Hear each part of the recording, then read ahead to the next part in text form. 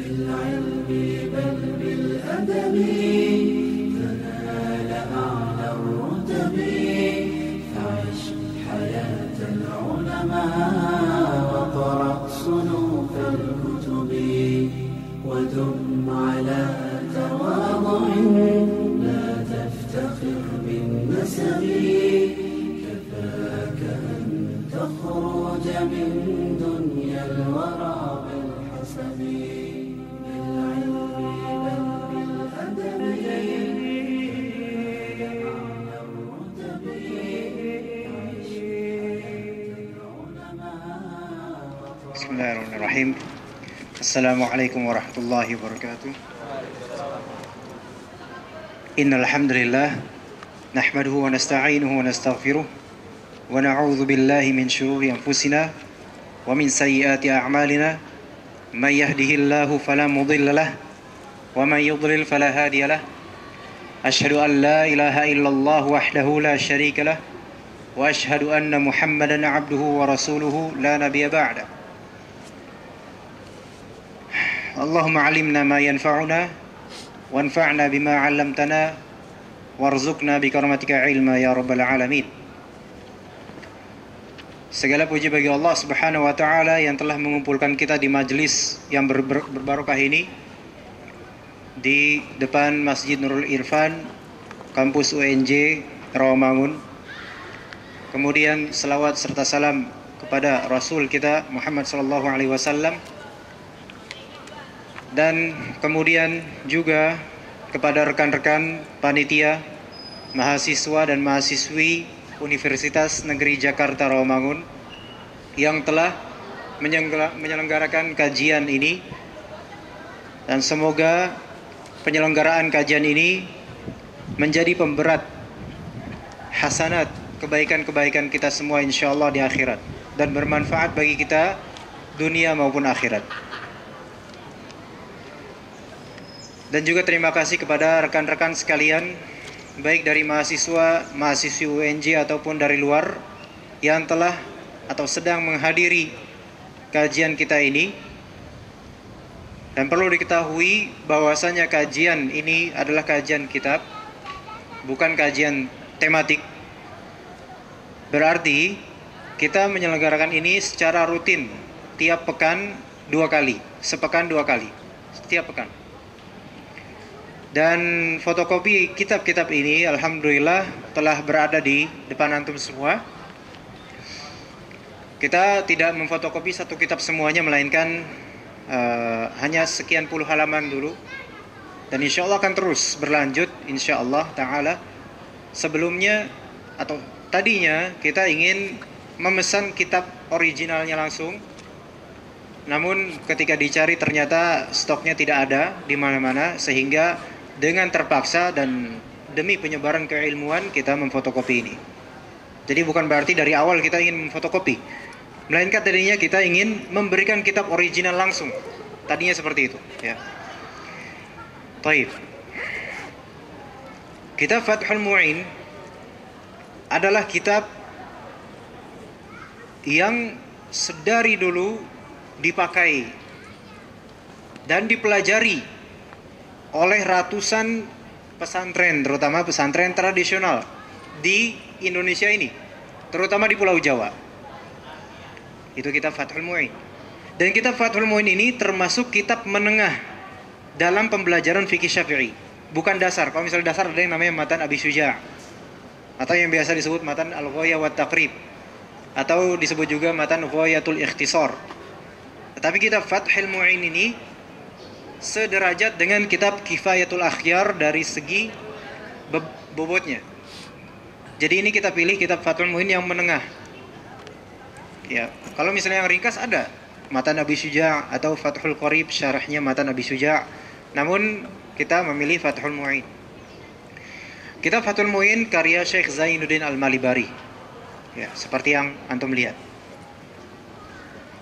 Kitab ini mulai ditinggalkan oleh sebagian pesantren, mulai dilupakan. Padahal mungkin bapak-bapak kita, kakek-kakek kita, nenek-nenek kita dulu mungkin mempelajari kitab ini. Coba tanya ke misalnya orang tua yang dulu pernah ikut ngaji misalnya, fikihnya apa? mungkin mempelajari Fathul Mu'in. Jadi Fathul Mu'in dulu adalah kitab yang sangat masyhur. Dan di sini kita menyelenggarakan kajian fikih Syafi'i dengan beberapa tujuan. Terutama di kampus UNJ. Tujuannya ada. Pertama, kita ingin membangkitkan spirit mengkaji kitab secara runut dan teratur. Dibandingkan misalnya kita hanya sekadar mengadakan tematik kemudian selesai, alangkah baiknya juga kita punya kajian kitab secara rutin dan teratur dengan adanya pegangan kitab. Kemudian tujuan lainnya ya tentu untuk menertibkan pikiran kita.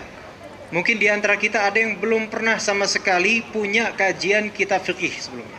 Mungkin. Tetapi ketika misalnya kita merasakan kita sekarang punya kajian kitab fikih secara runut, itu jauh lebih baik nantinya. Jadi ada frame pikiran terhadap fikihnya. Kemudian yang ketiga, kita ingin menghidupkan kembali fikih Syafi'i yang sebenarnya fikih Syafi'i adalah mazhab formalnya negara kita sebenarnya dalam peranah fikih. Fikih Indonesia mayoritasnya bukanlah Hanafi terlebih, bukan Maliki, bukan juga Hanbali, melainkan Syafi'i. Tapi tujuannya bukan karena fikih Syafi'inya, tetapi karena ilmu yang ada dalam fikih Syafi'i. Dan fikih Syafi'i adalah yang masyhur di masyarakat Indonesia. Di dalam kitab Fathul Mu'in itu ada mungkin beberapa hal yang perlu dikritisi, benar.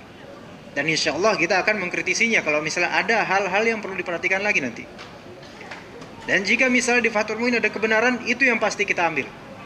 Jika ternyata di Fathul Mu'in ada yang melanggar hadis yang sahih misalnya, atau ayat Al-Quran bahkan, atau mungkin menetapkan sesuatu yang berlawanan atau tidak ada dalilnya padahal perkara gaib, maka itu kita skip atau kita kritisi. Jadi kita di sini bukan karena fikih Syafi'inya, bukan karena Fathul Mu'innya, tetapi karena kita mencari ilmu. Dan jika yang didapat dari beberapa paragraf misalnya bukanlah ilmu melainkan misal khurafat, misal, kita tolak. Ya. Itulah manhaj yang sahih dalam mencari ilmu. Jadi tidak menelan 100% bulat-bulat, tidak.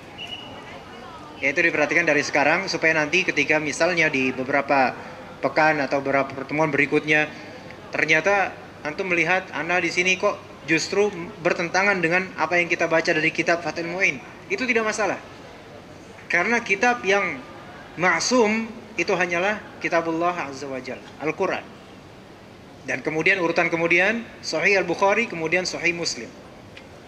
Selain itu ada beberapa selain itu kitab-kitab manusia biasa yang ada kesalahan di dalamnya, baik fatal ataupun kecil. Baik. Kemudian tujuan yang keempat, mahasiswa ya, mahasiswa sekarang adalah pemimpin esok hari. Ketika mahasiswa tidak mengenal agamanya, maka mau jadi apa negara esok hari? Ya. Kita di sini belajar dari bab thaharah. Mungkin di antara kita ada yang langsung mempelajari tentang misalnya jihad. Seseorang misalnya mau berjihad tapi thaharahnya jelek, maka bagaimana sholatnya diterima? Pikir. Nah, bagaimana bisa? Ternyata thaharahnya acak-acakan, ternyata mencuci kakinya salah, mata kakinya kering, apalagi jiwanya. Itu dari bab toharoh. Kalau toharoh tidak bisa atau tidak sempurna, sholatnya apa? Tidak sah.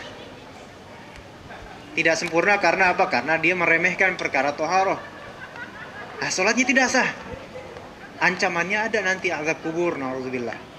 Jadi jangan sampai kita sekarang bertengger di depan umat misalnya, mempelajari ini itu, tapi ternyata ketika kita menghambakan diri kepada Allah Subhanahu wa taala, kita tidak memenuhi syarat-syarat.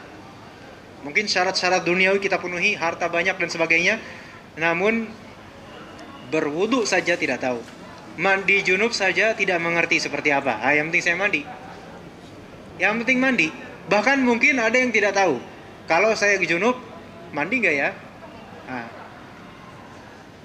Muslim ini. Nah, di sini mahasiswa sekarang adalah pemimpin esok hari.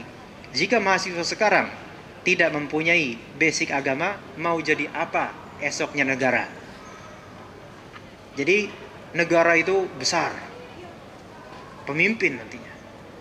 Kalau pemimpinnya agamanya keropos, mau jadi apa bawahannya? Oleh karena itu kita semua insya Allah akan menjadi pemimpin. Kullukum ra'in, kata Rasulullah. Setiap dari kalian itu pemimpin. Wa kullukum mas'ulun an ra'iyatih. Dan setiap kalian itu bertanggung jawab atas yang kalian pimpin. Laki-laki memimpin keluarga pertama, ya kan? Kemudian nanti ada yang menjadi Pak RT, Pak RW, lurah, camat, bupati, atau presiden mungkin di antara antum. Kalau Pak Presidennya misalnya nggak bisa apa-apa, misalnya agamanya nggak kuat, ya jangan tanya bawahannya. Itu secara nalar kita tahu seperti itu kan. Maka sekarang mari kita sama-sama belajar. Belum ada kata terlambat selagi masih muda. Bahkan kalau misalnya kita pun sudah tua, tidak ada kata terlambat untuk belajar. Karena belajar itu adalah tugas dan kewajiban seumur hidup. Baik muda ataupun tua, yang namanya ilmu tidak mengenal usia. Tapi kadang pangkat itu mengenal usia. Tapi ilmu tidak mengenal usia. Makanya satu anak kecil yang belum baligh, jika dia bacaannya bagus dan sholatnya benar, itu lebih layak jadi imam dibandingkan seorang misalnya udah 40 ke atas namun wudhu saja tidak benar. Bahkan bisa jadi sholat orang tua itu tidak sah karena wudhunya tidak benar. Ya, mahasiswa seperti antum semua, alhamdulillah, itu calon pemimpin semuanya, tanpa kecuali. Baik mahasiswa atau mahasiswi. Mahasiswi nanti pemimpin bagi anak-anaknya, yang mentarbiyah anak-anaknya. Anak-anaknya belajar wudhu dari siapa? Dari ibunya. Ibunya nggak bisa wudhu, jangan tanya anaknya. Jangan salahin anaknya. Kenapa kamu anak kecil nggak bisa wudhu? Loh, ibu saya nggak ngajarin. Kenapa ibu? Kamu nggak bisa wudhu? Ya, suami saya nggak ngajarin. Terus suami tanya, kenapa kamu nggak bisa wudhu? Waktu di kampus saya nggak diajarin. Salahin siapa sekarang? Yang salah bukan kampusnya. Yang salah ya masing-masing diri sendiri. Kenapa kok nggak nyari pelajaran wudhu seumur hidup? Kemana aja? Kemana aja? Gitu ya. Ke mall? Nah, makanya di sini kita menghidupkan kembali kajian kitab rutin insyaallah dan mudah-mudahan lancar dari awal sampai seterusnya. Wallahu alam sampai kapan. Yang penting ilmunya. Jangan bertanya kapan saya mengakhiri kitabnya. Karena nggak ada faedah kita akhiri kitab, ilmunya nggak dapat atau lupa-lupaan. Ini kitab ini terjemahan tebal. Ini baru jilid 1. Ada jilid 2 lebih tebal. Mungkin kitab ini never ending bagi kita. Yang penting ilmunya, yang terpenting thaharah dan sholatnya dulu kita kaji. Ya, itu penting sekali. Baik. Jadi kita akan memulai pengenalan terhadap mazhab Syafi'i. Dan sebelum mazhab Syafi'i, tentu kita akan berkenalan dengan Imam Asy-Syafi'i. Imam Asy-Syafi'i. Jangan lihat. Kitab yang saya pegang ini namanya adalah kitab Perbandingan Pendapat Lama dan Pendapat Baru Imam Asy-Syafi'i. Kitab ini bukan konsumsi umum sebenarnya. Ya, saya memperkenalkan saja. Dan saya mungkin, ya saya juga tahu antum tidak akan membelinya. Ya, kitab ini berjudul Perbandingan Pendapat Lama dan Pendapat Baru Imam Asy-Syafi'i, cetakan Pustaka Azam, dan ini kitab terjemahan yang aslinya judulnya dalam Arabik Al-Qadim wal Jadid min Aqwal Al-Imam Asy-Syafi'i. Ya, itu aslinya. Nah, kitab ini harga tokonya 180.000. Jadi mungkin lebih baik antum tidak beli karena selain antum tidak paham nanti isinya, ini juga lumayan mahal. Tapi di sini saya memperkenalkan saja supaya tidak asing. Jadi saya mengambil faedah dari kitab ini mengenai biografi dan sirah perjalanan Imam Asy-Syafi'i. Insyaallah kita berkenalan dengan beliau rahimahullah ta'ala. Dan kita akan memetik hikmah dari beberapa cerita dalam perjalanan beliau rahimahullah ta'ala. Imam Asy-Syafi'i Nama beliau adalah Muhammad. Nama beliau adalah Muhammad. Ayah beliau namanya Idris. Ayah beliau namanya Abbas. Ayahnya beliau bernama Uthman. Kemudian ayahnya beliau bernama Syafi'. Berarti gimana jadinya? Muhammad bin Idris bin Abbas bin Syafi'. Bukan Syafi'i, Syafi'. Afwan, sebelum Syafi' ada Uthman. Berarti Muhammad bin Idris bin Abbas bin Uthman bin Syafi'. Itu nggak apa-apa, antum nggak hafalin nggak apa-apa. Di kuburan nggak ditanya ya. Muhammad bin Idris bin Abbas bin Uthman bin Syafi'. Berarti kakek keberapa itu? Kakek cicit. Apa itu mah? Bahasa mana? Muhammad bin Idris bin Abbas bin Uthman bin Syafi'. Buyut bukan? Cicit itu apa cicit artinya? Ya, syukran. Ya, berarti di sini dinisbatkan kepada kakek yang ke berapa itu? Ketiga. Muhammad bin Idris bin Abbas bin Uthman bin Syafi'. Ya. Jadi di sini faedahnya kita mengenal beliau Al-Imam Asy-Syafi'i. Kita mengenal nama beliau, nama beliau aslinya adalah Syafi'i, bukan. Nama beliau adalah Muhammad. Nama orang Arab itu simple-simple, nggak kayak nama antum. Siapa nama antum? Eko Patrio. Oke. Nama antum siapa? Nur Rahman Prabowo. Masya Allah. Sekarang ada di sini antum ya. Mana teman antum saingannya? Nur Rahman Prabowo misalnya. Nama Nur Rahman Prabowo itu 2 atau 3 sebenarnya. Nur Rahman, cahaya Allah Subhanahu wa taala. Kemudian Prabowo, ya. Gimana memanggil antum? Nur. Oh, Bowo namanya. Oke. Pakai B bukan pakai W. Ya, oke. Bowo namanya. Panggilannya. Nah, kalau misal di Arab Muhammad sudah selesai. Kalaupun disebut Asy-Syafi'i, memanggilnya bukan TI, bukan. TI gitu enggak. Asy-Syafi'i, lengkap. Jadi nama orang Arab itu secara zat itu simple, singkat. Satu nama aja. Jadi ketika antum ketemu orang Arab misalnya, kemudian antum memperkenalkan diri antum. Nama antum siapa? Muhammad Abdullah Idris misalnya. Kemudian dia akan bertanya, nama antum Muhammad kan? Iya, satu Muhammad Abdullah Idris. Pada heran orang Arab, kok banyak banget? Muhammad Abdullah Idris, tiga-tiganya nama antum. Itu bakal antum tomak, rakus, maruk. Banyak sekali nama antum 3. Karena di Arab tradisinya satu nama. Kita melihat namanya Abdurrahman. Itu satu nama sebenarnya. Karena mudhaf ilaih. Abdurrahman. Kalau misalnya namanya Abdurrahman, Junaid, Ahmad. Panjang sekali. Nggak ada. Di sana nggak ada. Kecuali kalau misalnya Abdurrahman bin Junaid bin Ahmad. Jadi kalau misalnya di Arab Abdurrahman Junaid Ahmad berarti Abdurrahman bin Junaid bin Ahmad. Seperti itu. Itu tradisi Arab. Beda sama kita. Kita mungkin panjang ya. Misalnya Prabowo Satrio Sugih Melarat misalnya. Panjang sekali misalnya. Tapi kalau di Arab tidak. Nah, seperti Imam Asy-Syafi'i. Dinisbatkan kepada kakeknya. Kalau misalnya antum punya kakek namanya misalnya Humaid misalnya. Antum boleh menamakan diri antum Al-Humaidi. Dinisbatkan kepada kakek. Meskipun kakeknya itu kakek jauh. Al-Humaidi. Nggak masalah. Ya, nggak masalah. Jadi nama Imam Asy-Syafi'i adalah Muhammad bin Idris bin Al-Abbas bin Uthman bin Syafi'. Itu ingat. Pelajaran pertama itu. Dan beliau nanti bertemu di Hashim bin Muttalib. Jadi ada korelasi dengan pohon family Rasulullah. Ya. Tapi pembahasan itu akan berpanjang ria nanti. Jadi kita langsung aja. Di Mekkah, Imam Asy-Syafi'i digelari Nasir al-Hadith. Nasir al-Hadith, apa artinya? Nasir, penolong atau pembela atau pembantu. Al-Hadith, pembela al-Hadith. Beliau disebut Nasir al-Hadith, pembela al-Hadith. Apakah Imam Syafi'i seorang ahli hadith? Pertanyaannya. Iya atau tidak? Iya. Imam Syafi'i seorang ahli hadith.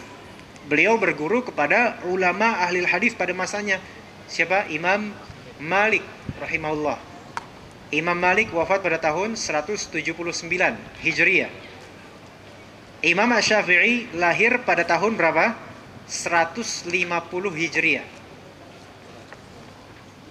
Imam Asy-Syafi'i lahir 150 Hijriah, itu di tahun yang sama Imam Abu Hanifah meninggal. Abu Hanifah radhiyallahu an atau rahimahullah meninggal pada tahun 150 Hijriah. Ada yang berkata, ada yang bilang dari para ulama sejarah bahwa saya di hari Abu Hanifah rahimahullah wafat, pada hari itu juga Imam Asy-Syafi'i lahir. Pada hari itu juga. Ada yang bilang seperti itu. Wallahu alam, benar atau enggak? Terjadi seperti itu atau tidak? Pada hari yang sama katanya. Bagaimanapun juga di tahun yang sama, ketika Imam Abu Hanifah pendiri mazhab Hanafi wafat, Imam Syafi'i lahir. Baik. 150 Hijriah. Ya. Dan di manakah beliau lahir? Ada yang berkata beliau lahir di Gaza. Ada yang berkata beliau lahir di Yaman. Dan yang lebih tepat, wallahu alam, beliau lahir di Gaza.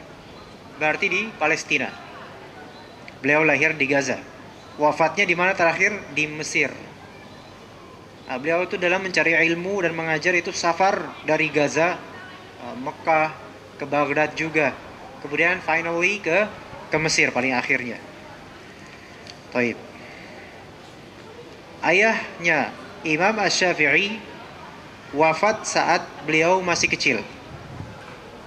Asy-Syafi'i tumbuh berkembang di lingkungan Arab yang didominasi dengan nilai-nilai keberanian, pengorbanan, kepemimpinan, dan kedermawanan. Beliau tinggal dalam sebuah keluarga yang miskin, nyaris tidak bisa menutupi kebutuhan sehari-hari. Imam Syafi'i keluarganya itu keluarga miskin. Pada usia 2 tahun, ibunya membawa keluar dari Gaza karena khawatir terlantar. Beliau, ibunya, lantas memilih negeri terbaik di muka bumi. Apa? Ummul Qura itu apa? Makkah. Kenapa disebut Ummul Qura? Itu apa? Ibu, emak. Al-Qura, kampung, daerah. Berarti ibunya daerah. Berarti seperti ibu kotanya dunia itu Makkah. Ya, pusatnya bumi itu Makkah. Itu kenapa dinamakan Ummul Qura. Ya, kemudian nanti Imam Asy-Syafi'i punya kitab namanya Al-Um.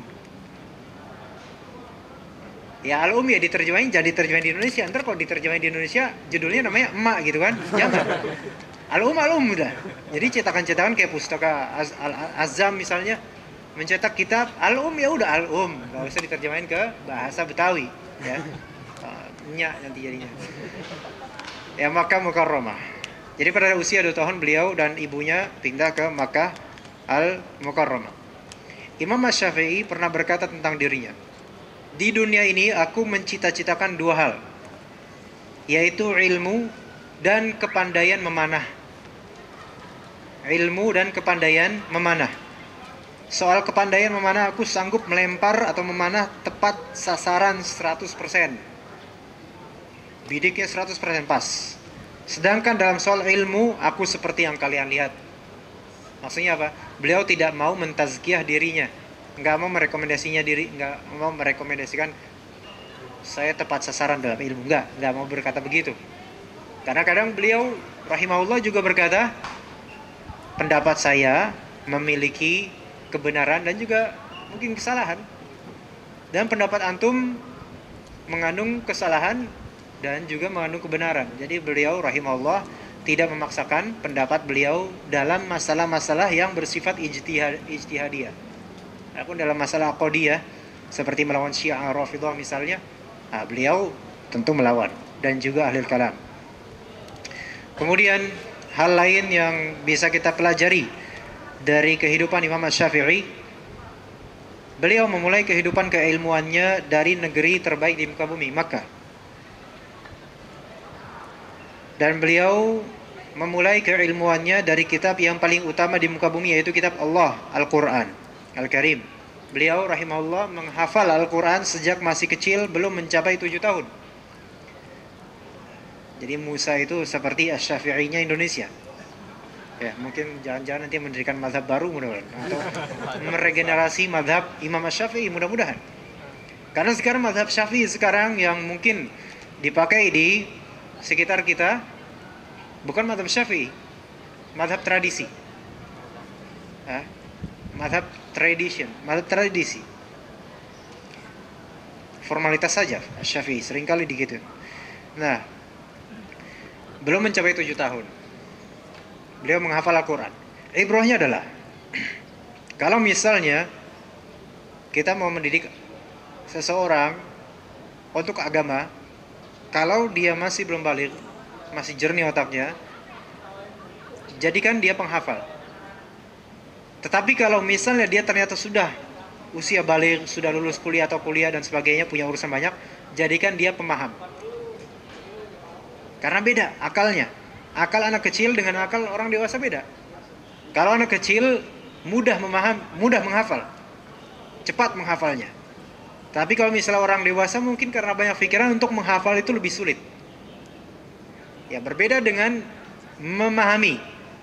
Kalau anak kecil memahami itu lebih sulit. Ya karena belum luas, belum hidup qalbu dan akalnya. Belum begitu hidup. Adapun kalau orang dewasa dengan pengalamannya dan dengan hal-hal yang pernah dia dapatkan dari panca inderanya, dia lebih mudah memahami daripada menghafal. Makanya seringkali kita menganggap menghafal itu lebih sulit. Memahami itu lebih sulit. Enggak. Memahami itu lebih mudah sebenarnya. Menghafal itu yang lebih sulit. Dalam artian menjaga hafalan yang lebih sulit. Adapun menghafal sekiranya dalam 1 menit bisa kita hafal. Misalnya cabang pertama, ini ada judul cabang pertama perjalanan keilmuan Imam Asy-Syafi'i. Udah selesai hafal. Tapi untuk menjaga hafalan susah. Apalagi di masa-masa sekarang, di masa ketika jejaring sosial itu menyerang kita semua. Dan kita juga menyerang jejaring sosial. Beliau belajar Al-Quran kepada Ismail bin Abdullah bin Konstantin, syekhnya penduduk Makkah pada zamannya. Kemudian beliau menghadiri beberapa majelis ulama, hafalan hadis, dan kajian berbagai masalah. Nah, beliau belajar syair, sejarah, sastra, dan sastranya. Jadi beliau Asy-Syafi'i rahimahullah itu terkenal sebagai ahli dalam bahasa Arab dan sastra Arab. Nah, sekarang di sini ada Fakultas Sastra Arab. Fakultas Sastra Arab, bukan fakultas, jurusan Sastra Arab ya. Fakultas Ilmu Pengetahuan dan Budaya bukan. Apa di sini namanya? Fakultas Bahasa dan Sastra dan Seni. Baik. Misalnya kalau di sini ada yang Sastra Arab, di sini ada dari antum, dari wajahnya nggak ada. Ya nggak tahu yang akhwat ya. Misalnya Sastra Arab, kalau misalnya mau benar-benar mempelajari Sastra Arab, ya itu dia bisa memahami Al-Quran melebihi dari orang-orang yang hanya bermodalkan bahasa Arab dalam memahami Al-Quran. Karena Al-Quran gimana bacaannya? Kesusastraannya itu melampaui segala kesusastraan Arabik lainnya. Lawan dan kawan mengakui itu. Lawan dan kawan yang memahami sastra Arab. Tapi kalau misalnya dalam jurusan bahasa Arab, sastra Arab misalnya, mahasiswanya tidak mampu berbahasa Arab dan tidak memahami sastra Arab, balaghah misalnya, yang intinya balaghah, itu sebenarnya tidak bermanfaat untuk Al-Quran. Makanya bagi rekan-rekan misalnya belajar sastra Arab, wajib untuk bisa berbahasa Arab. Minimal memahami. Memahami dalam artian bukan belagak faham, tapi faham benar. Karena banyak, dan saya punya teman sastra Arab juga dari sejak tahun 2010, tapi bukan di kampus ini ya, di kampus X ya. Nah itu tidak bisa berbahasa Arab dan tidak tahu balaghah, tidak tahu nahwu, tidak tahu sorof. Padahal jika misalnya dia konsentrasi dalam bahasa Arab, kemudian sastra Arab, dia bisa memahami Al-Quran. Memahami Al-Quran dan mengetahui mu'jizat dalam sastra adalah kalimat Al-Quran. Dia bisa tadabbur dengan tadabbur yang maksimal. Tapi ternyata tidak. Mayoritasnya justru yang jurusan sastra Arab, baik di kampus manapun, itu justru nahwu sorof terbengkalai, faham pun tidak, dapat ijazah iya.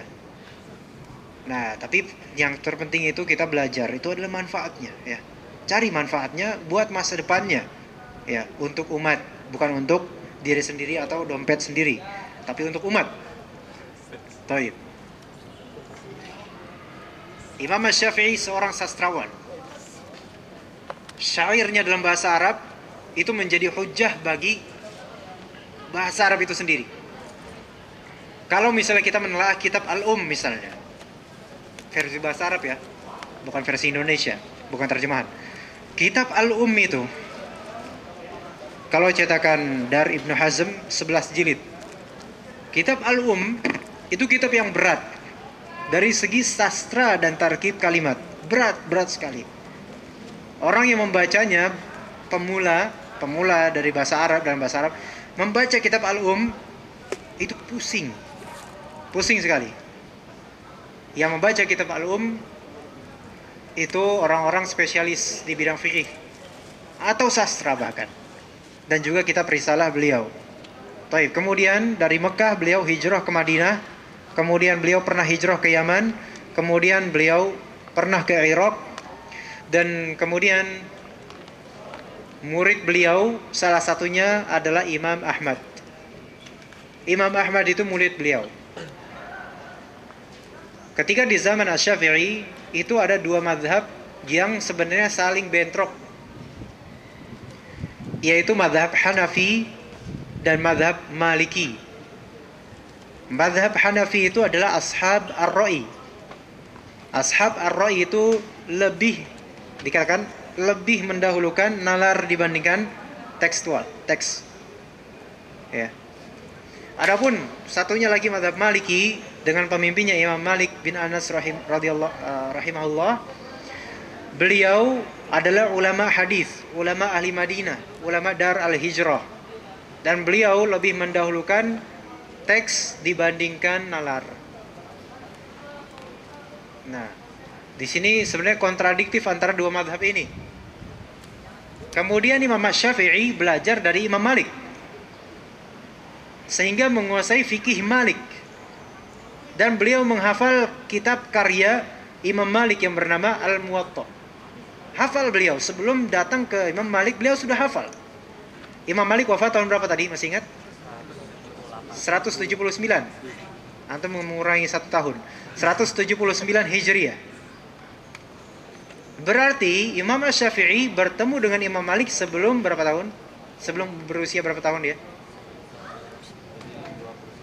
Sebelum berusia 29 tahun sekitarnya. Kemudian Imam Asy-Syafi'i belajar dari rekan-rekannya Imam Abu Hanifah. Imam Asy-Syafi'i bertemu nggak sama Imam Abu Hanifah? Nggak bertemu, nggak mungkin. Ya udah wafat. Ketika Imam Abu Hanifah wafat, Imam Syafi'i lahir, dan nggak mungkin bertemu di mimpi kemudian memberi wangsit dan sebagainya, kan? Nggak. Tetapi beliau rahimahullah belajar dari rekan-rekannya Imam Abu Hanifah, seperti Imam Muhammad bin Hasan Asy-Syaibani, sehingga menguasai juga fiqih Hanafi. Jadi beliau menguasai dua fiqih, namun beliau lebih condong kepada fiqih Maliki. Karena apa? Karena beliau merasa benar bahwasanya yang lebih tepat adalah kita mendahulukan dalil dibandingkan akal kita.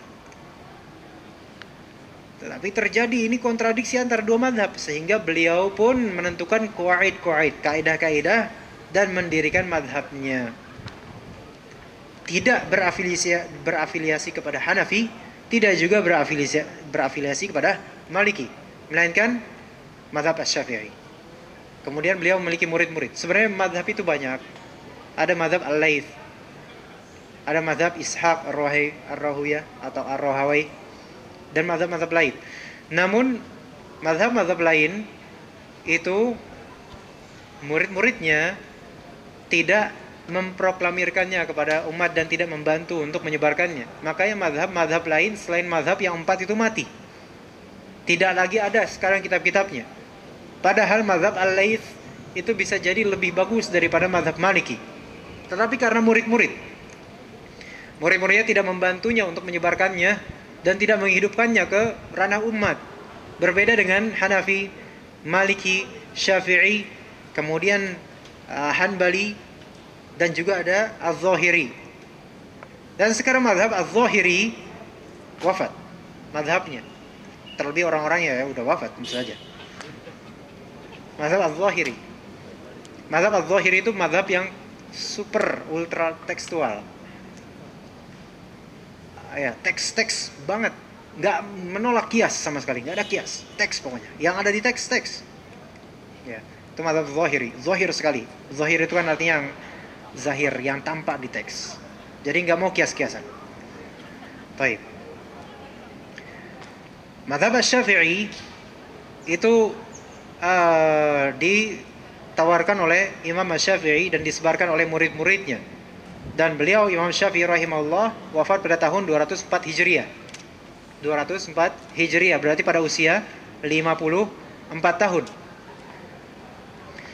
Sekarang misalnya usia antum masih apa? Tomo, Bung Tomo, Masya Allah sekarang ada pahlawan Indonesia sekarang. Bung Tomo misalnya sekarang usianya 21 tahun misalnya. Berarti antum masih punya kesempatan. Insting feeling dari wajah antum mana tahu 21 tahun. Misalnya antum masih punya kesempatan 33 tahun untuk menjadi Imam Syafi'i. Ya. Tetapi Imam Syafi'i hafal Quran sebelum 6 tahun. Ya. Taib. Itu juga sindiran buat Anda juga ya. Taib. Sekian dari pengenalan terhadap mazhab Asy-Syafi'i. Lebih baik kita langsung ke kitab ya. Supaya kitabnya hari ini tidak nganggur di depan antum gitu aja. Taib. Siapa yang bisa menjadi pembaca dari antum? Yang membacakan. Silakan dari awal. Atau saya baca sendiri? Hah? Bung Tomo, bisa suaranya besar? Antum ini pakai ini. Pakai ini.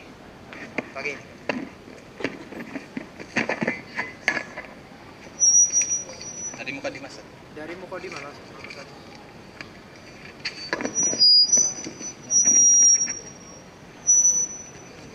Bismillahirrahmanirrahim. Alhamdulillahil fattahil jawadil mu'ini ala tafaqquhi fid dini man ikhtarahu minal ibad. Dengan menyebut nama Allah yang telah melimpahkan nikmat yang sangat banyak di dunia dan akhirat, aku mulai menulis terjemahan ini. Segala puji bagi Allah, Zat pembuka rahasia ilmu, yang pemurah lagi penolong hambanya yang Ia pilih untuk memahami ajaran agama. Dalam kurung, lafaz Rahman dan Rahim berasal dari rahmat yang artinya riqqatu fil qalbi taqtadi tafaddula wal ihsan. Rasa kasih yang terungkap dalam hati yang menuntut pemberian karunia dan kebaikan.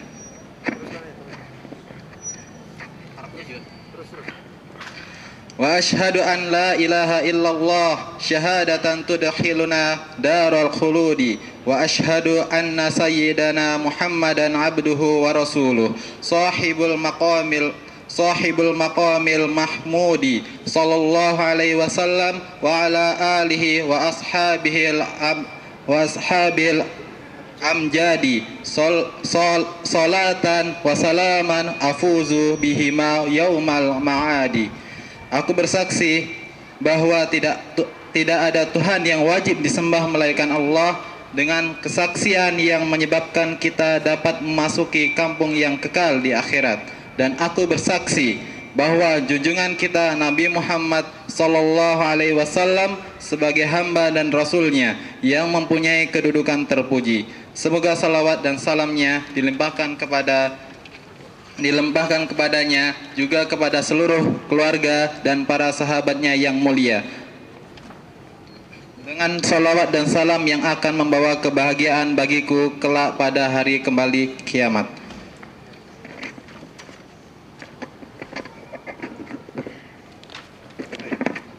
Dimulai dari Bismillahirrahmanirrahim. Di sini diartikan dengan menyebut nama Allah Ar-Rahman Ar-Rahim. Ini versi penerjemahannya seperti ini ya. Taib, bismi, bi di sini berarti dengan, diartikan dengan. Bismi. Di sini kalau misalnya kita lihat bismi ada 3 huruf, ya kan? Aslinya harusnya berapa? Harusnya ada 4. Bi, ismi, ya kan? Ada alifnya. Tapi kenapa dihapus? Dikatakan oleh ulama karena saking seringnya digunakan dan ditulis, maka alifnya cukup dihilangkan saja, tidak masalah. Bismi. Bismi itu 2 kata dari bi dan ism. Bi di sini dimaknai dengan, ism nama. Sekarang diterjemahkan dengan menyebut nama. Dari mana terjemahan menyebut? Ini adalah salah satu penafsiran dari para ulama rahimahumullah sejak zaman Imam At-Tabari dan sebelumnya. Ism di sini ism itu artinya apa? Nama, selesai. Tetapi diartikan oleh para ulama, ism adalah tasmiyah di sini. Artinya tasmiyah artinya adalah menyebutkan, melafalkan. Jadi dengan melafalkan, menyebut, tasmiyah artinya az-zikr bi ismillah. Bismillah, yaitu menyebut dengan nama Allah. Itu artinya. Jadi di sini dengan menyebut nama Allah. Dengan di sini seperti misalnya saya menulis dengan pena. Berarti saya menulis dengan bantuan pena. Nah, dengan di sini kata dengan atau bi maknanya untuk isti'anah kata sebagian ulama, yaitu meminta pertolongan. Oleh karena itu ketika kita mengatakan Bismillahirrahmanirrahim dalam beberapa hal atau perbuatan baik, itu sama aja meminta pertolongan kepada Allah Subhanahu wa taala agar melancarkan perbuatan kita, menuntaskan perbuatan kita, dan juga memberi hidayah bagi perbuatan kita, dan juga meminta berkah dari perbuatan kita. Tradisi para ulama dalam menulis kitab itu menulis Bismillahirrahmanirrahim. Sahih Bukhari dimulai Bismillahirrahmanirrahim. Itu semua ulama, mayoritas di hampir semua kitab dimulai dari Bismillah. Untuk apa? Tabarruk, yaitu meminta berkah. Begitu juga misalnya kita membaca kitab, kita mulai dengan menyebutkan nama Allah, Bismillahirrahmanirrahim. Membaca kitab pelajaran, baik itu kitab apapun, kitab pelajaran duniawi, matematika misalnya, Bismillahirrahmanirrahim. Niatkan untuk ibadah dari awal supaya ilmunya berkah, meskipun ilmu dunia juga bisa berkah, bermanfaat bagi dirinya untuk umat. Dengan menyebut nama Allah yang telah melimpahkan nikmat yang sangat banyak di dunia dan akhirat. Ini terjemahan dari beliau sendiri ya. Sebenarnya terjemahan ini terjemahan yang telah melimpahkan nikmat yang sangat banyak di dunia dan akhirat. Itu mungkin diambil dari Ar-Rahman. Karena penafsiran atau salah satu penafsiran ulama terhadap Ar-Rahman, Ar-Rahman artinya adalah Rahmanud dunya wal akhirah. Sebagaimana di dalam tafsir At-Tabari jilid 1. Ar-Rahman ada sanadnya, tapi sanadnya dhaif sebenarnya. Namun bagaimanapun itu penafsiran. Rahman, Ar-Rahman itulah Rahman ad-dunya wal akhirah kata sebagian ulama. Ar-Rahim itu apa? Ar-Rahim adalah Rahimul akhirah. Jadi kata sebagian ulama, dan ini berdasarkan sebuah riwayat yang disandarkan pada salaf. Namun ketika menelitinya ternyata riwayat itu dhaif. Namun bagaimanapun ini menjadi pendapat masyhur dari sebagian ulama, Rahman itu adalah pengasih dunia dan akhirat. Adapun Rahim pengasih khusus di akhirat. Dan tentu saja yang khusus di akhirat berarti khusus siapa? Kaum mukminin. Kalau misalnya di dunia, ya untuk siapapun dan untuk apapun, manusia, jin, binatang, rahmat Allah Subhanahu wa taala untuk mereka semua dan untuk kita semua, baik itu kafir ataupun muslim. Adapun di akhirat itu nggak ada rahmat bagi orang non muslim sekalipun, siapapun, tidak ada rahmat. Ya, tidak ada rahmat. Ya, meskipun Abu Thalib diazab dengan seringan-ringan azab, tapi itu tidak bisa kita katakan bahwasanya bagaimanapun itu azab baginya. Ya, bagaimanapun itu azab baginya. Aku mulai menulis terjemahan ini. Segala puji bagi Allah, Zat pembuka rahasia ilmu. Ini adalah terjemahan dari Al-Fattah. Pembuka. Fataha yaftahu, membuka, ya kan? Al-Fattah itu sighah mubalaghah. Itu sangat membuka. Jadi Allah Subhanahu wa taala yang membuka segala hal. Seperti miftah. Apa arti miftah? Kunci. Kenapa disebut kunci? Miftah karena membuka. Tanpanya tidak bisa dibuka. Miftah. Kemudian Fathu Makkah, pernah dengar? Pembukaan Makkah, yaitu pelegalisir Makkah sebagai negara Islam sampai seterusnya. Al-Fattah itu adalah salah satu dari nama Allah Subhanahu wa taala. Di sini terjemahkan Zat pembuka rahasia ilmu. Sekarang kita, kalau misalnya kita concern terhadap kitab-kitab ulama, kita sering mendapatkan judul-judul kitab ulama dimulai dari kata Fath. Contohnya apa? Fathul Mu'in ini. Contohnya Fathul Mu'in. Gak usah jauh-jauh dulu. Ya, toib, kita jauh kemudian jalan-jalan ke Fathul Bari. Kemudian ke Fathul Mughith, ke Fathul Jawad, ke Fathul Majid, ke Fathul apa lagi? Fathul Wahhab ada? Fathul Qarib. Misalnya di fikih Syafi'i ada beberapa kitab. Yang pertama Fathul Mu'in fikih Syafi'i, karya Al-Malibari. Ada juga kitab Fathul Qarib, karya Ibnu Qasim Al-Ghazi Asy-Syafi'i, syarah untuk matan Abi Syuja'. Kemudian ada kitab Fathul Aziz, karya Imam Ar-Rafi'i, Syafi'i juga.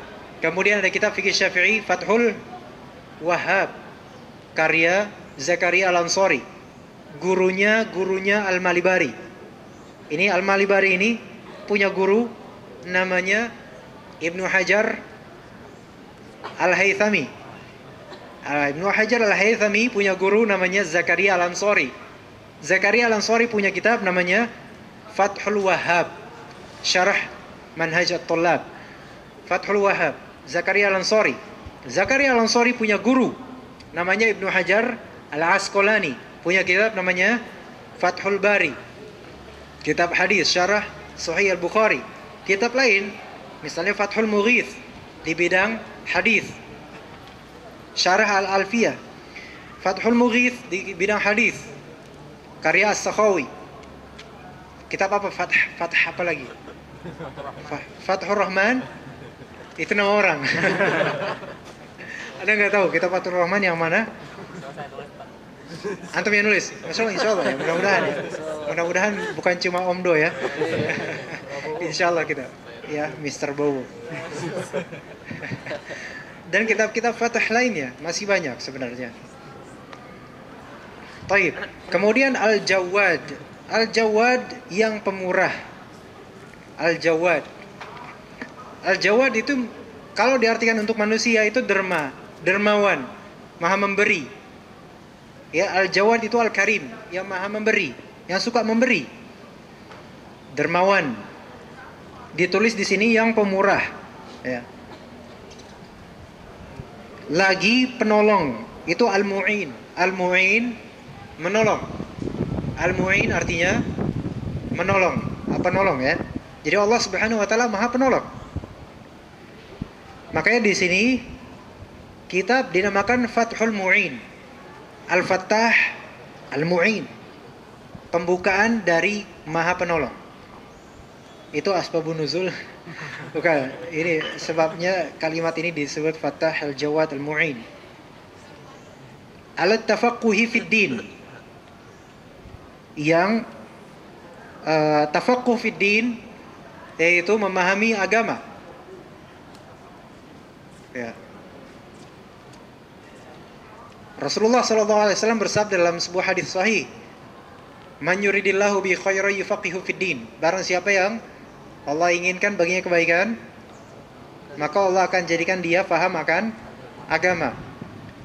Bagaimana pemahaman terbaliknya? Kalau Allah tidak menginginkan kebaikan bagi hambanya, maka Allah tidak menjadikan dia faham akan agama. Jadi di sini neraca seberapa Allah menginginkan kebaikan pada kita adalah kita faham akan agama atau enggak. Kalau ternyata kita nggak paham akan agama, berarti Allah selama ini menghendaki keburukan bagi kita. Dalam artian kita yang disalahkan di sini kita. Nah, makanya kita wake up, bangun sekarang. Kalau misalnya kita ternyata masih merasa jahil atau jahil sekali, super duper jahil misalnya, maka bangkit dari sekarang supaya Allah Subhanahu wa taala terus membukakan pintu ilmu bagi kita. Karena nggak mungkin kita berpasrah begitu saja merasa karena jabariyah atau udah terpaksa lah, udah begini. Ya udahlah, udah gini aja lah, saya nggak mau apa-apa. Enggak, kita bangkit. Kita bangkit belajar agama sedikit demi sedikit. Ya, baik. Kemudian lafaz Rahman dan Rahim berasal dari rahmah. Baik, benar. Lafaz Rahman dan Rahim berasal dari rahmah. Tetapi yang definisi rahmat di sini, riqqatun fil qalbi taqtadi tafaddul wal ihsan. Rasa kasih yang terungkap dalam hati yang menuntut pemberian karunia dan kebaikan. Ini definisi ini tidak bisa dimutlakan kepada Allah Subhanahu wa taala. Tidak usah didefinisikan seperti ini. Rasa kasih yang terungkap dalam hati, itu manusia aja, kita. Rasa kasih disebut kasih karena ketika ada rahmat di hati, inginnya mengasih. Makanya ada kasih sayang. Bedanya kasih dengan sayang apa? Kasih itu memberi, tapi belum tentu menyayangi. Kalau sayang, itu benar-benar menyayangi, tapi pasti bakal memberi. Beda kan? Iya. Oleh karena itu, Ar-Rahman Ar-Rahim. Apa artinya? Maha pengasih lagi maha penyayang. Ar-Rahman tadi untuk orang-orang kafir dan orang-orang Islam, ya kan? Dikasih nggak orang kafir? Dikasih, bahkan untuk binatang. Antum hewan bukan? Enggak, antum semua hewan. Karena hewan artinya yang hidup. Dari kata hayat. Makanya harus paham bahasa Arab. Ya. Besok-besok ke jurusan sastra Arab, besok ziarah ya, belajar bahasa Arab. Ar-Rahman. Ar-Rahman itu untuk semua makhluk. Allah kasih, ya kan? Binatang, Allah kasih nafas. Maha pengasih. Ar-Rahim khusus untuk kaum mukminin. Kita lebih baik tafsirkan di sini Ar-Rahim untuk mukminin di dunia maupun di akhirat. Nah, Allah Subhanahu wa taala kepada kaum mukminin itu mengasihi enggak? Jadi kasih lah. Kita selamanya dikasih ilmu, dikasih nafas, keluarga, kesehatan, ya kan? Nah, disayangi enggak? Disayangi. Orang kafir Allah sayangi enggak? Ya enggak. Enggak. Nah, itu bedanya. Makanya diterjemahkan di terjemahan Al-Quran baik Depap ataupun yang lainnya, Maha pengasih lagi maha penyayang. Ar-Rahman mengasihi karena umum untuk semua dikasih sama Allah rezekinya. Adapun yang Rahim maha penyayang khusus untuk yang beriman saja. Adapun yang tidak beriman, yang ingkar, yang kufur atau yang musyrik tidak ada. Tapi dikasih. Taib, rasa kasih yang terungkap dalam hati yang menuntut pemberian karunia dan kebaikan. Taib. Kemudian aku bersaksi bahwa tiada Tuhan yang wajib disembah atau yang berhak disembah melainkan Allah Subhanahu wa taala. Itu adalah makna dari la ilaha illallah. Kalau misalnya kita memaknai la ilaha illallah, tiada Tuhan selain Allah, itu makna yang kurang. Ya kan? Gimana kurangnya? Coba, tiada Tuhan selain Allah. Secara realita itu salah. Karena banyak Tuhan di muka bumi ini yang disembah. Ya kan? Ada yang menuhankan selain Allah, banyak. Dari patung-patung dan lainnya. Nah, jadi la ilaha illallah baik dari segi bahasa Arab atau dari Indonesia, makna yang benar adalah tiada Tuhan yang wajib atau yang berhak disembah melainkan Allah. Itu yang benar. Coba, tiada Tuhan selain Allah. Hasilnya apa? Banyak itu orang-orang yang ini menyembah selain Allah. Tuhannya mereka ada. Tapi Tuhannya berhak atau enggak disembah? Enggak berhak mereka disembah. Jadi kita terjemahkan tiada ilah atau sesembahan yang berhak disembah melainkan Allah. Itu yang benar. Dengan kesaksian yang menyebabkan kita dapat memasuki kampung yang kekal di akhirat. Kampung di sini maknai dar. yaitu negeri yang kekal di akhirat. Dan aku bersaksi bahwa junjungan kita Nabi Muhammad SAW sebagai hamba dan rasulnya. Abduhu wa rasuluh. Abduhu artinya hamba, rasul artinya utusan. Tapi kita mengenal kata abd dan rasul. Apa arti abd? Abd itu adalah yang tunduk, khadi', mutadzallil, yang tunduk. Itu abd. Jadi hamba itu tunduk, merendah. Itu hamba. Seseorang misalnya dikategorikan atau disifati sebagai hamba Allah, itu adalah kemuliaan. Makanya Rasulullah dinisbatkan abduhu, hambanya. Karena apa? Menjadi hamba Allah itu kemuliaan. Kenapa? Menjadi hamba Allah berarti merendahkan diri di hadapan Allah. Dan itu adalah kemuliaan. Allah akan meninggikan derajat orang-orang yang merendahkan diri di hadapannya. Adapun bagi orang yang meninggikan dirinya di hadapan Allah, Allah akan menurunkan derajatnya. Nah, makanya menghambakan diri atau disifati sebagai hamba Allah itu bukanlah sebuah kehinaan, melainkan justru kemuliaan. Kemudian sifat yang kedua bagi Rasulullah di sini adalah rasulnya. Tadi kita sudah tahu makna abd, hamba, berarti yang merendahkan diri. Rasul artinya apa? Utusan. Ada 3 materi, ra, sin, dan lam. Itu nggak jauh-jauh dari kirim, ya kan? Risalah, artinya surat. Kenapa disebut surat? Kenapa disebut risalah? Karena pengiriman, kirim-kirim. Mursal dikirim, mursalin, orang-orang yang dikirim, orang-orang yang diutus. Ketika kita menulis surat, itu sama aja kita mengutus pesan dalam surat. Ya, short message service misalnya, kita sama aja mengirim, mengutus isi dan makna dari apa yang kita kirim. Seperti itu Rasul yang diutus, utusan. Ia mempunyai kedudukan terpuji. Semoga selawat dan salamnya dilimpahkan kepada beliau, juga kepada seluruh keluarga beliau dan para sahabat beliau yang mulia radhiyallahu anhum, dengan selawat dan salam yang akan membawa kebahagiaan bagiku kelak pada hari kembali. Baik, apa arti selawat? Doa. Baik, sahih. Selawat dari kata solat. Solat asal dari bahasa Arabnya, solat maknanya adalah doa. Solat secara bahasa adalah doa, berdoa.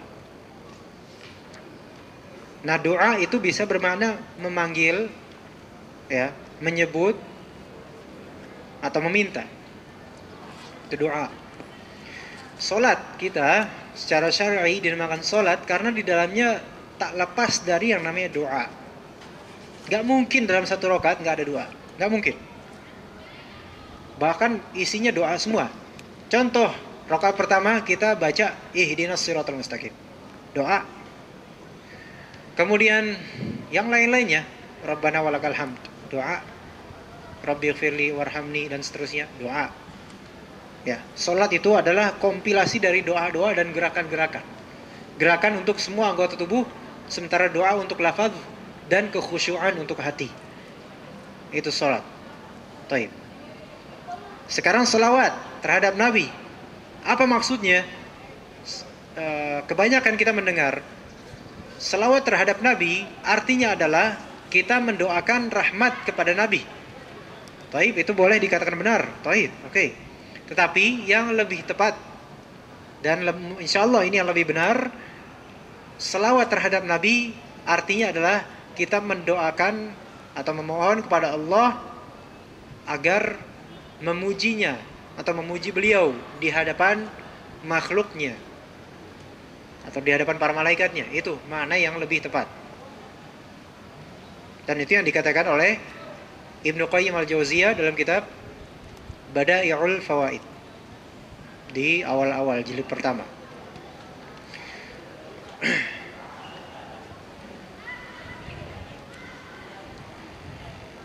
Baik, insyaallah nanti ada semacam door prize ya. Kita akan memberi hadiah kitab kepada orang yang bisa menjawab dengan baik pertanyaan-pertanyaan yang akan dilontarkan. Sekarang silakan Bung Tomo untuk membaca lagi.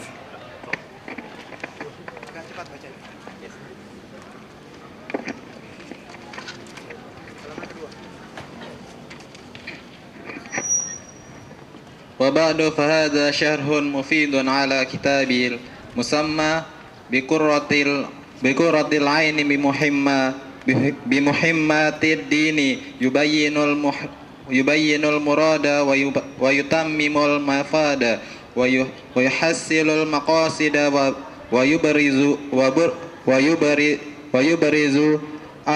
الفوائد. Selanjutnya, syarah ini merupakan sesuatu yang berguna bagi kitabku yang berjudul Qurratul Aini Bimuhimmatid-Din, penghibur mata dengan membahas ajaran agama yang penting-penting, menjelaskan tujuan dan manfaatnya serta menyempurnakan makna yang dipergunakan untuk menghasilkan maksud tertentu.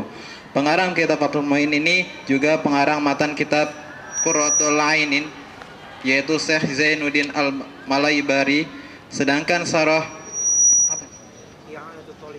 Qiyadatut Thalibin adalah karangan Syekh Sayyid Al-Bakri bin Sayyid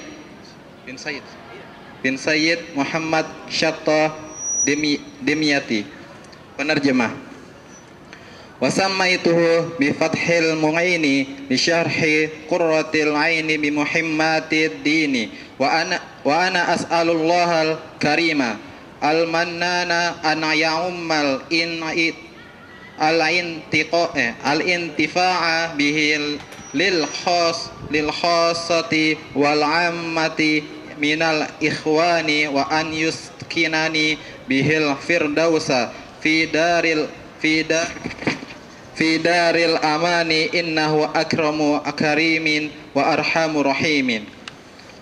Kitab syarah ini aku namai Fathul Mu'in, pembuka pertolongan Allah untuk mensyarahi kitab Qurratul Ain bi Muhimmatid-Din. Aku mohon kepada Allah yang Maha Pengasih lagi Maha Penyayang, semoga kitabku ini bermanfaat bagi orang yang mengetahui, orang-orang yang belum mengetahui di antara saudara-saudara kita, dan semoga karenanya Allah menempatkanku di dalam surga Firdaus, kampung yang aman sentosa. Sesungguhnya Allah itu zat yang termulia dari semua yang mulia dan paling pengasih dari semua pengasih.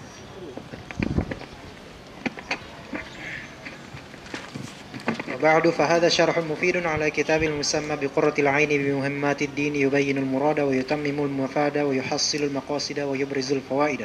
Selanjutnya syarah ini merupakan sesuatu yang berguna bagi kitabku yang berjudul Qurratul Ain Bimuhimmatid-Din.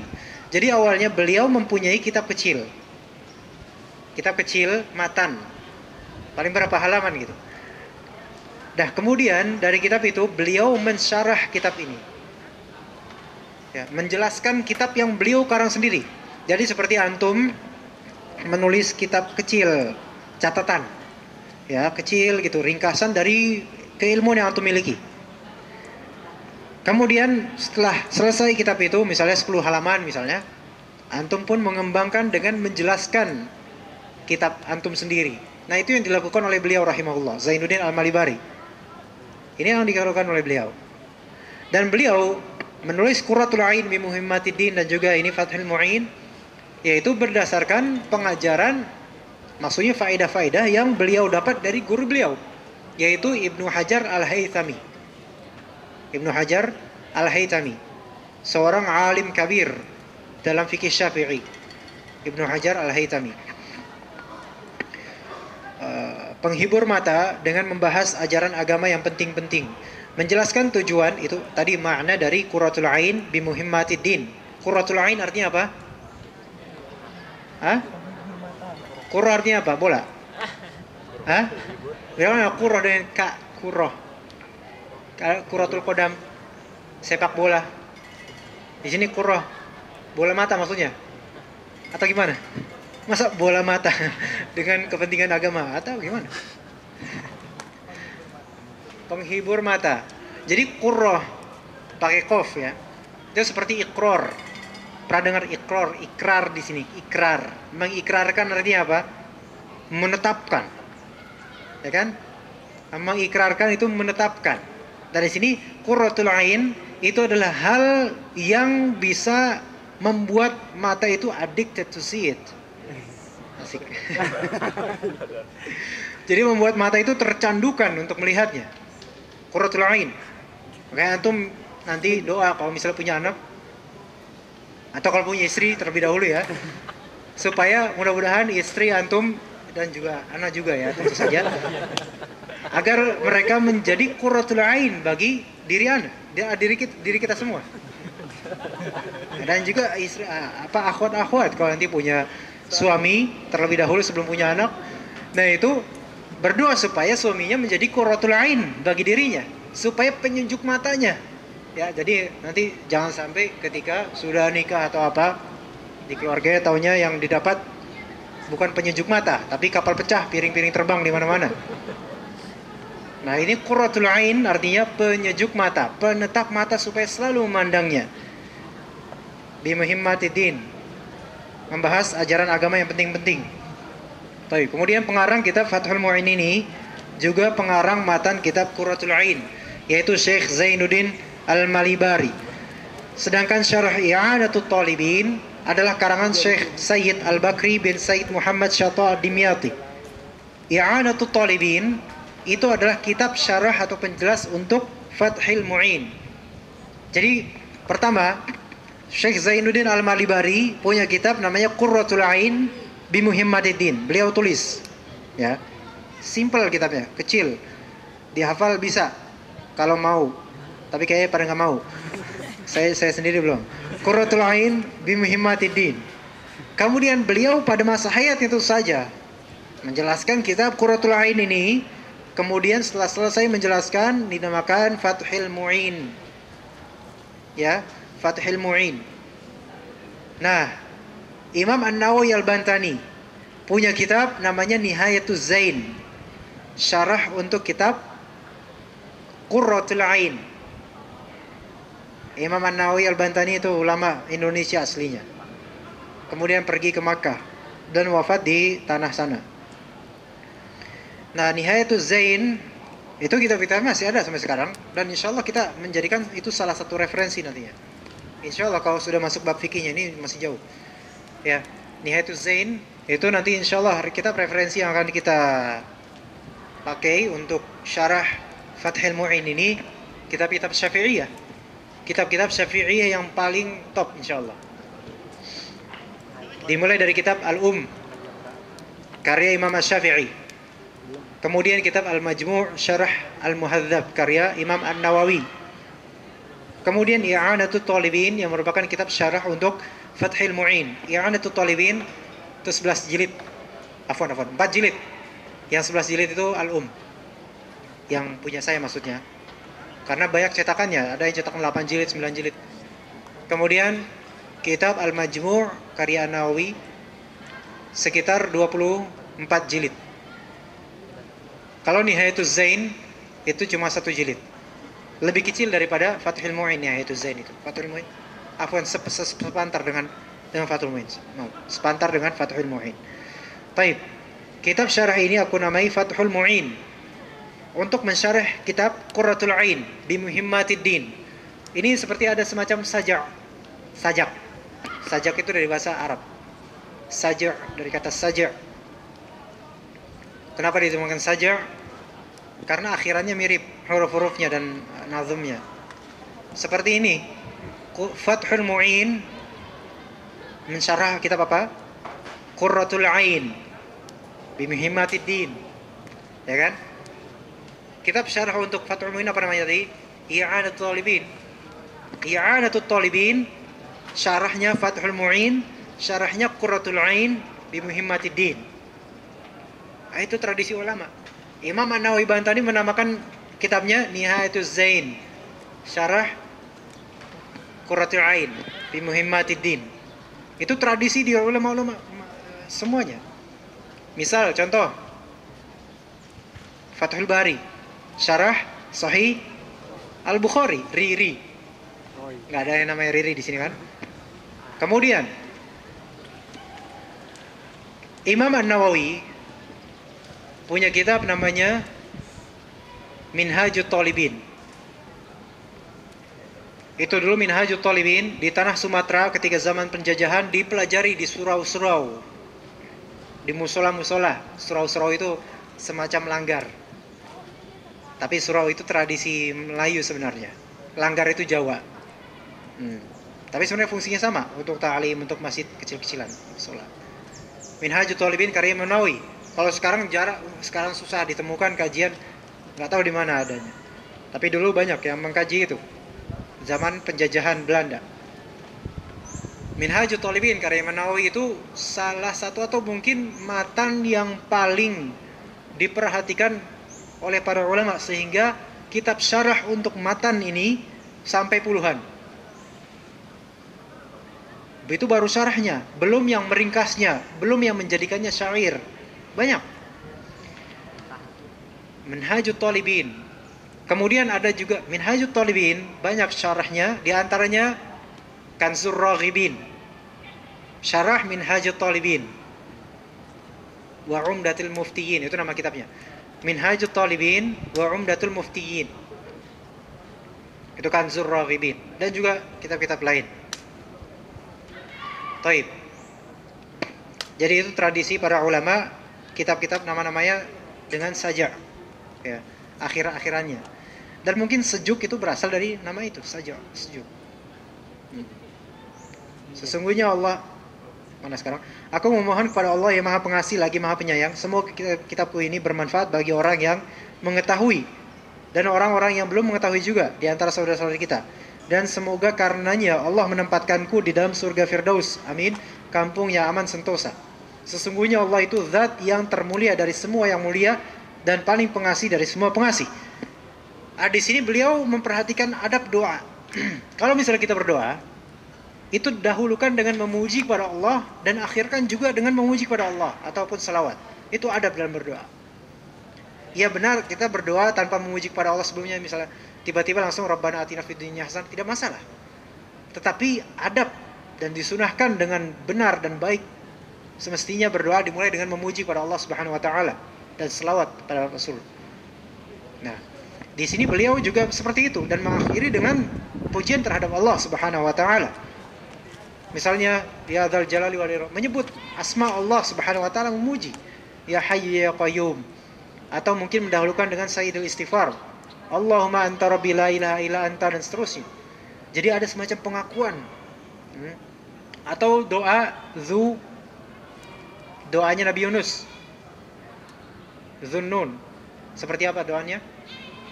La ilaha illa anta subhanaka inni kuntu minadz zalimin. Itu dahulukan doa antum misalnya setelah salat atau di waktu subuh atau di waktu sepertiga malam. La ilaha illa anta subhanaka inni kuntu minadz zalimin. La ilaha illa anta subhanaka inni kuntu minadz zalimin. Kalau misalnya kita berdoa dengan doanya Nabi Yunus, itu insyaallah langsung teristijabah oleh Allah Subhanahu wa taala dan kehendak Allah Subhanahu wa taala. La ilaha illa anta subhanaka inni kuntu minadz zalimin. Ya. Ada any question? Langsung. Baik, di sini mungkin kita langsung akan memberikan pertanyaan. Bagi ikhwan, di sini membutuhkan 5 orang yang akan menjawab. Akhwat juga 5 orang. Nanti insya Allah yang terbaik dari 5 dan 5 itu, 1 orang dipilih 1 orang, itu akan mendapatkan kitab. Insya Allah. Nanti lihat kitabnya apa yang akan didapatkan. Nah, di sini siapa dari ikhwan yang mau menjawab, silakan minta kertas, cari kertas ke temannya, ayo yang membawa itu. Yang akhwat siapa yang mau menjawab? Pertanyaannya paling cuma 2 atau 3. Itu dong 1, man. 5 orang aja, 5 orang. Kalau sudah 5 orang ya sudah. Berapa itu? Satu-satu.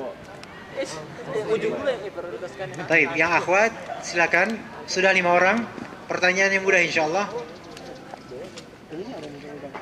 Soalnya didikte dan gak usah ditulis ulang.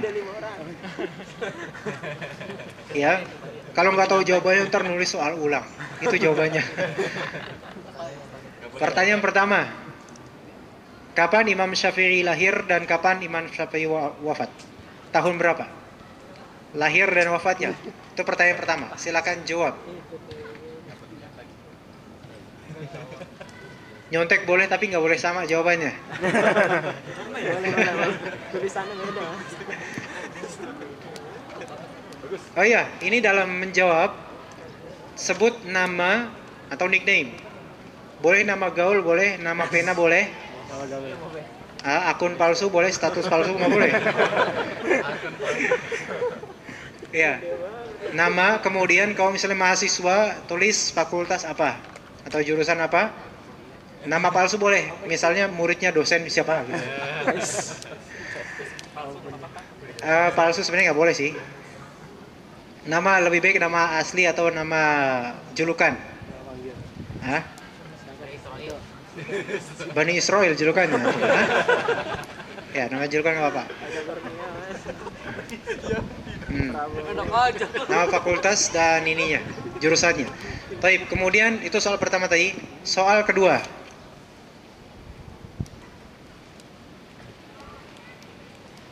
Enggak dikasih lagi. Sebutkan 4 tempat yang pernah disinggahi oleh Imam Syafi'i. Yang Imam Syafi'i pernah berada di tempat tersebut pokoknya. Baik ketika lahir ataupun nanti pas sudah tua atau gimana, terserah. 4 tempat saja, 4. Jakarta. Antum itu. Tanah Abang. Hah? Apa?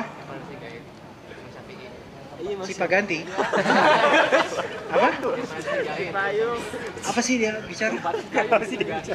Ya, tempat petilasan Imam Syafi'i lah. Tempat pernah di mana beliau itu?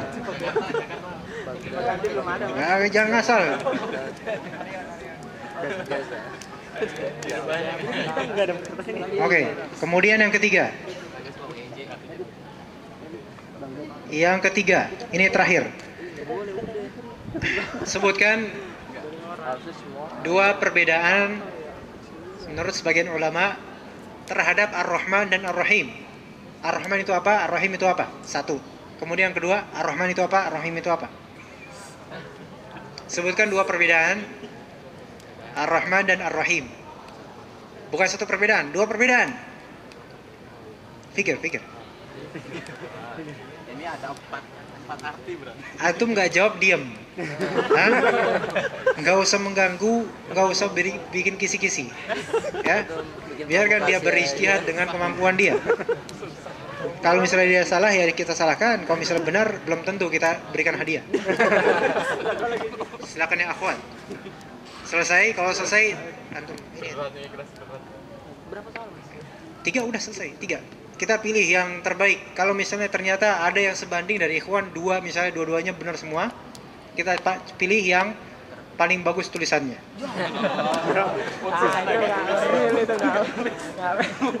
Atau mungkin paling jelek tulisannya. Nggak apa. Nanti kita keputusan majelisnya gimana di sini.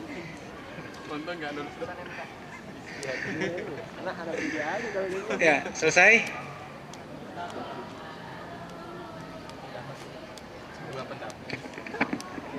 Ya, itu masih antum. Ntar kita bacakan satu persatu. Ya. Insya Allah nanti kita tarjih mana yang paling benar. Ya. Nggak bisa dijamak, nggak bisa digabung. Harus ditarjih satu aja. Silakan. Saya udah jawab dari tadi sebenarnya ini. Ayo. Iya. Kumpulkan. Ayo kumpulkan. Yang taruh depan lagi. Sampai selesai. Kumpulkan sampai selesai baru dikasih ke saya. Ayo. Yang akhwat cepat. Tidak perlu rapih. Siapa tahu yang terburuk tulisannya dia menang. Sebagai apresiasi dari usahanya untuk mengkonfuskan saya. Ayo silakan cepat.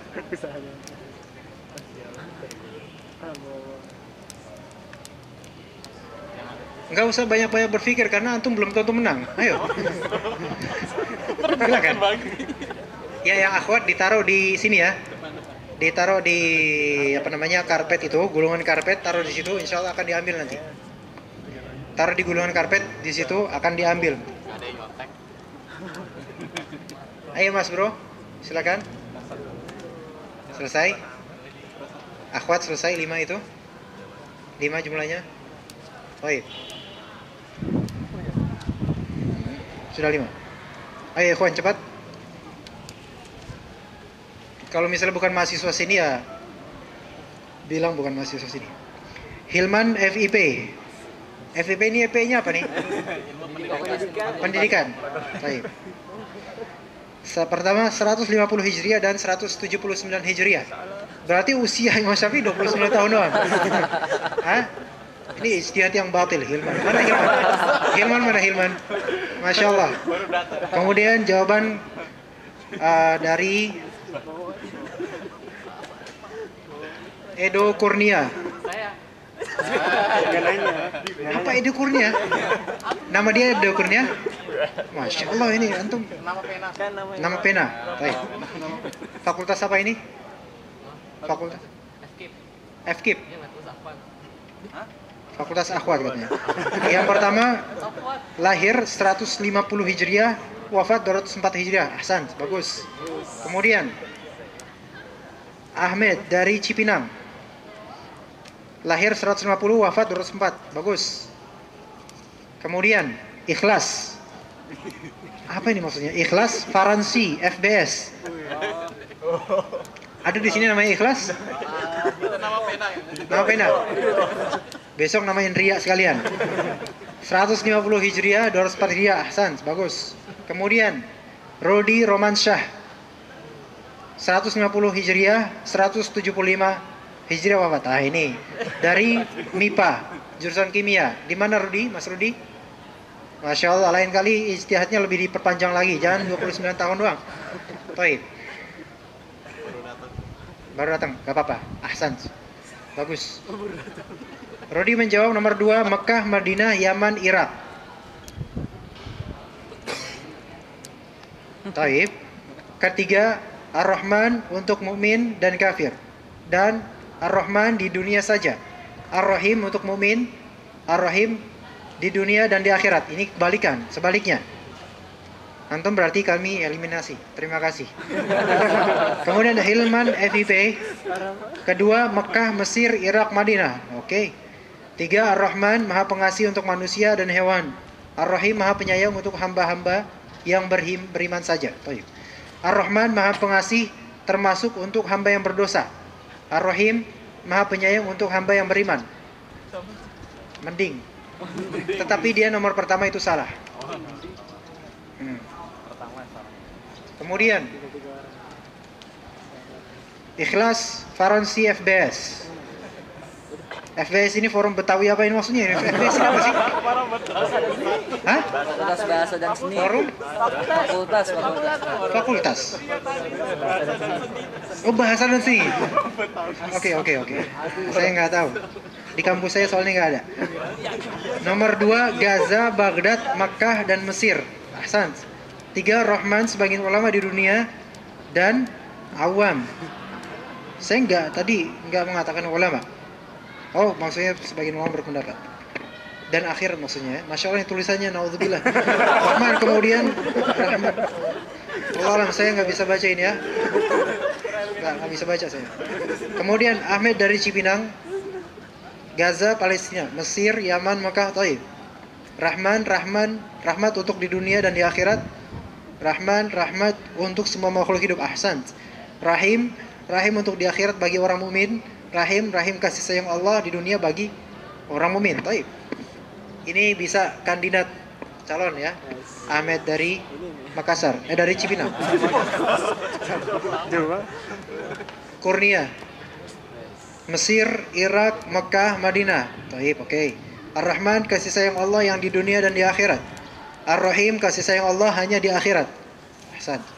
Kemudian Ar-Rahman kasih sayang Allah untuk semua makhluk muslim dan kafir. Ar-Rahim kasih sayang Allah untuk mukmin. Ahsan. Ini taib, dua-duanya ini benar sebenarnya. Nanti kita tarjih insyaallah. Biar dak dik duk der. Enggak pakai itu. Nanti dikira promosi. Oke, HNF Puskesmas Matraman. Itu kampus ini dari Puskesmas. Baik. Lahir 950, wafat 204 Hijriah. Ahsanti maksudnya. Makkah, Madinah, Gaza, Mesir. Taib. Ar-Rahman artinya pengasih diberikan oleh Allah pada semua makhluknya. Kasih akan membuat seseorang untuk selalu memberi kasih belum tentu sayang.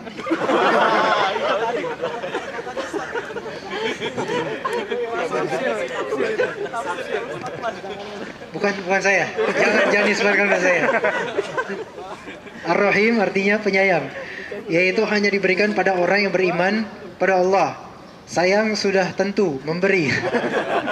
Ini kalimat saya ditekstualkan di sini. Taib, lumayan. Bagus. Kemudian Rahmah Fakultas MIPA. Imam Syafi'i lahir pada tahun 150, wafat 204. Ahsan. Gaza, Makkah, Irak, Mesir. Taib. Ar-Rahman pengasih di dunia, Ar-Rahim pengasih di dunia dan akhirat. No. Iya enggak? Enggak, salah. Enggak sesuai sama yang tadi. Ya. Ar-Rahman terhadap semua makhluk kafir dan muslim. Ar-Rahim hanya kepada orang yang bertakwa. Ini benar. Tapi tadi ada kesalahan sedikit. Jadi sama teman kita dari Puskesmas, beliau kalah 1 poin. Alaihi salam, AS, Fakultas Ilmu Pendidikan. Lahir 157 Hijriah. Salah. Wafat 204 Hijriah itu benar. Gaza, Mekah, Baghdad, Mesir. Taib. Ar-Rahman umum untuk seluruh makhluk. Ar-Rahim khusus mukminin. Oke. Ar-Rahman terbatas di dunia, Ar-Rahim di dunia dan akhirat. Kebalik. Kita sambungkan dengan Rahmah. Ini kandidatnya masih HNF dari Puskesmas Matraman. Namanya Hanif mungkin. Kemudian DAR F MIPA dari MIPA. Lahir 150 Hijriah, wafat 204 Hijriah. Hari Jumat akhir Rajab di Mesir. Masya Allah, dapat dari mana revisinya? Masya Allah. Saya kalah. Saya nggak sampai sedetail ini. Kedua Mekah, Yaman, Madinah, Irak. Ketiga Rahman pengasih, Rahim pengasih. So what? Yang Rahman nomor 1 untuk dunia dan akhirat. Yang Rahim untuk di akhirat. Oke. Yang Rahman diberikan kepada seluruh makhluk. Yang Rahim diberikan untuk orang yang beriman. Good. Uskut.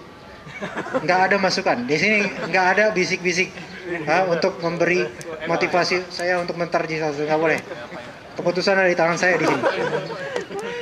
Fajra ini Aqsa.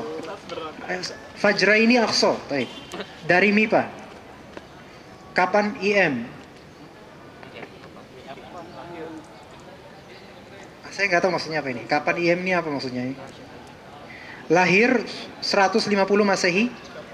No, 150 Masehi. Berarti setelah Nabi Isa.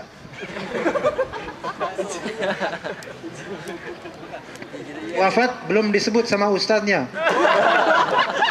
Pertama, saya bukan ustadz. Kedua, siapa di sini? Nggak ada. Saya udah sebut. Kalau saya udah sebut tadi, mungkin luput ya. Mungkin luput. Taib. 2, Gaza, Mekah, Eropa, Yaman.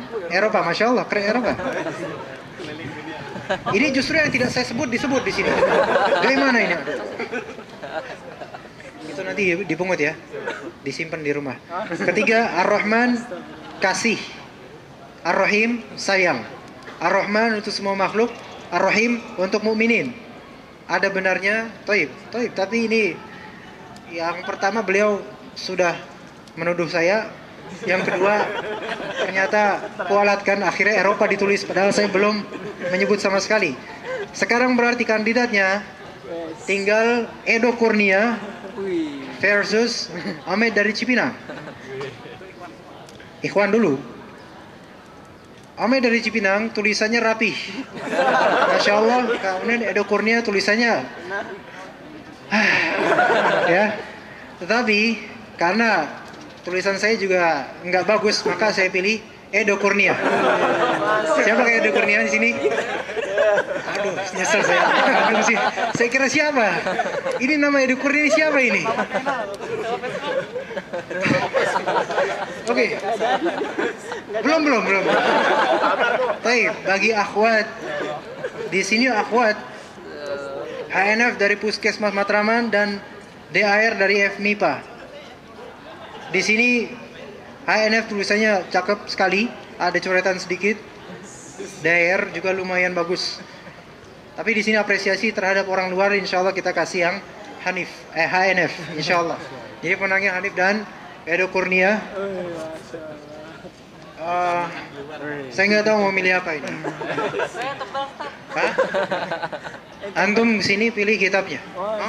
Nggak usah.